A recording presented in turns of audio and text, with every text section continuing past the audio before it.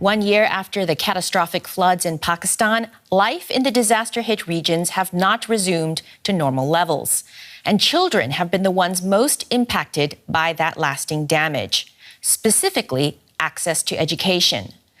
Some 27,000 schools were destroyed by those floods, and many remain closed due to the lack of clean water and sanitation. According to United Nations figures, that's prevented roughly 2 million children from showing up in classrooms. DW's Binish Javed reports. When the floods hit last year, Kunj and her family had no choice but to leave their home. Her entire life uprooted. What the 10-year-old missed the most was going to school. As water receded, the family returned back to their home in a village in southern Sindh province of Pakistan. Things are finally getting back to normal. Kunj's morning now starts with preparing for her school. Her old school in the village is still damaged from the flood water, which means she has to walk 3 to 4 kilometers to reach her new school in another village. She sometimes joins a group of other girls from her village. Walking together is safer. My studies were going really well. Then we were suddenly hit by floods. After that, I was unable to meet my friends.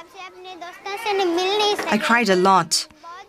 I used to miss my home and my school.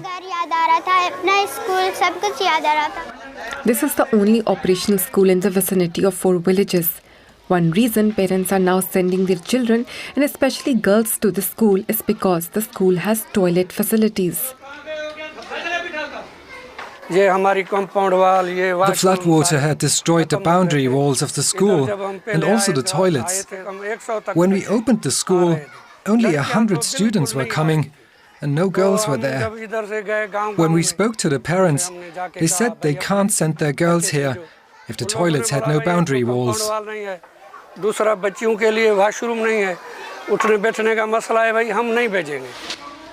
While male teachers and students can use bushes as makeshift toilets, it is culturally unacceptable for girls. Without proper toilet facilities, the safety of girls is at risk. They can face harassment and also diseases like cholera. A few months ago, the school management was able to build separate toilets for girls with the help of local NGOs. Clean running water in a school is a rare blessing in the region. The girls have been taught cleanliness practices to ensure they don't fall sick.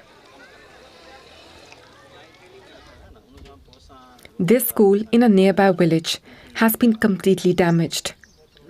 Walls washed away, toilets and furniture completely destroyed. This was the only school for the local community. If this school had been rebuilt, if it had washroom facilities, then the girls from this village wouldn't have to travel for long. It's really warm and there are incidents of stray dogs biting people. So it's important that the schools in local villages become functional and easier for girls to reach.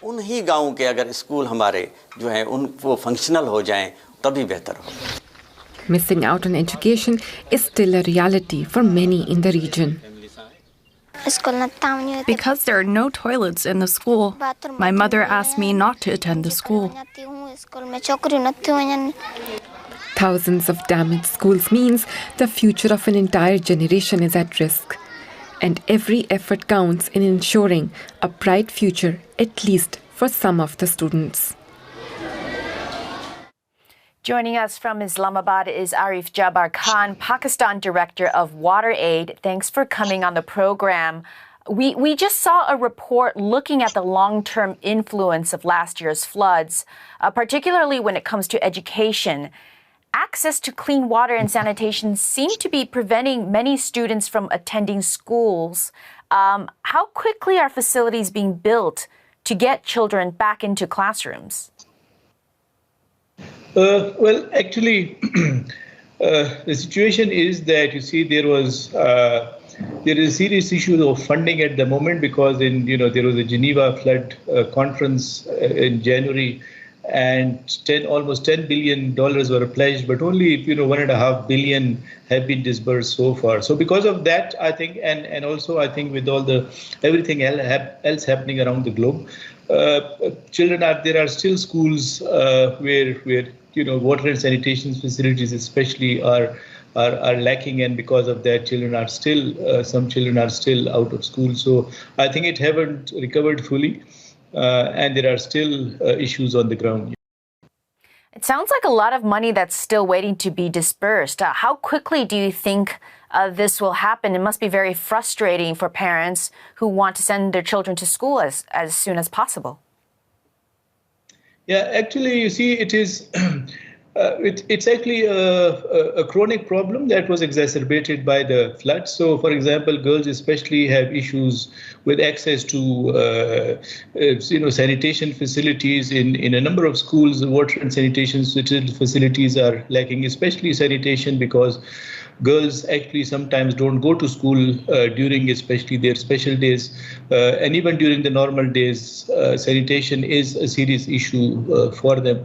So yes, it is quite frustrating for everyone, and I think until and unless the funding flows have enhanced to the level that was pledged in Geneva, I think this progress will still be slow. So I think the key is around making sure that there is money coming in to support the government and support the local communities in making sure that all the infrastructure that was destroyed is rehabilitated as quickly as possible. Because remember, there was another season of flooding this year, although it was localized, mostly flash floods.